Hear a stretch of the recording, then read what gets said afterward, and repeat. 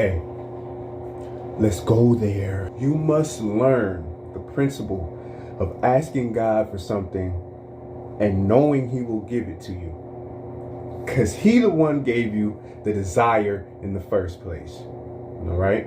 Mark 11:22 through 26. And Jesus answering saith unto them, have faith in God. For verily I say unto you, that whosoever shall say unto this mountain, be thou removed, and be thou cast into the sea, and shall not doubt in his heart, but shall believe that those things which he saith shall come to pass, he shall have whatsoever he saith. Whatsoever. Therefore, I say unto you, what things soever ye desire when ye pray, believe that ye receive them, and ye shall have them. And when ye stand praying, forgive, if you have aught against any, that your Father also which is in heaven may forgive you your trespasses. But if ye do not forgive, neither will your Father which is in heaven forgive your trespasses. All right. Just right there, God expressing a principle, okay? A kingdom principle, spiritual law, right there in your face, okay? All scripture is multiple layers of understanding, okay? So this may not be the face value or the initial facet of understanding, but this is most certainly one of the other deeper layers, okay? So, desires, okay? God gives you desires. You can have your own. Satan gives you desires, and other things like that. Family members, I would suppose, maybe who weren't inspired by the enemy can give you, you know, things to want to desire. But God specifically has a principle where He gives you what you desire. You see what I'm saying? Or He gives you the desires of your heart. He takes whatever the desire is, and He puts it in you. And then you're like, oh, I want this. And then you ask for it. And then you believe that you go receive it. And then you shall have it. I love the terminology there. Believe you receive and you shall have it. That's just crazy. All right. So there's another guideline to this principle though, right?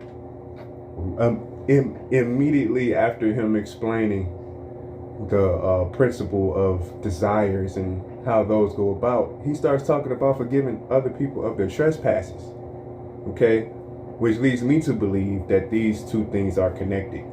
All right, so if you're walking around with unforgiveness and at the same time asking God for something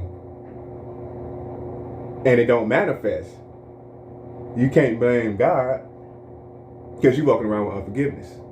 So you got to go forgive, or just even in that moment, just forgive, let it go. It ain't worth what you're asking for, right? All right. Let's talk a little bit more about desires. Psalm 37:4. Delight thyself also in the Lord, and He shall give thee the desires of thine heart. All right. And that just further confirms, affirms, reaffirms what I just said. He'll put a desire in His hand, and He'll put it in your heart.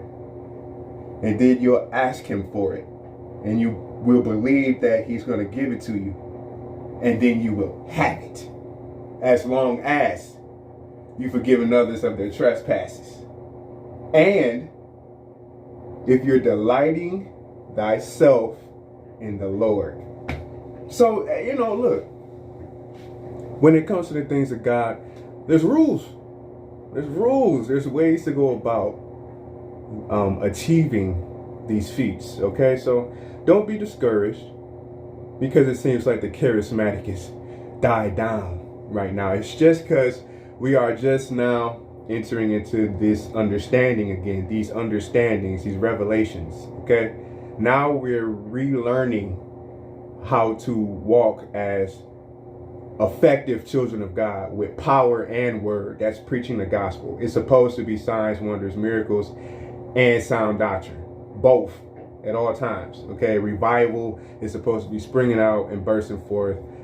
All that. Okay, and it is. Revival is in the heavens, ready to come down. We just have to do stuff right. Follow the principles, right? So quick recap, okay? God has a desire. He gives you the desire. He puts it in your heart. You ask him for that desire. Believe that you shall receive that desire. No doubting. Just know he's going to give it to you. And you shall have it. As long as you're forgiving those people who trespass against you, who offend you, who do things that you don't like. Make sure you're forgiving them, and make sure you are delighting in the Lord. All four of those things put together equals manifesting desires.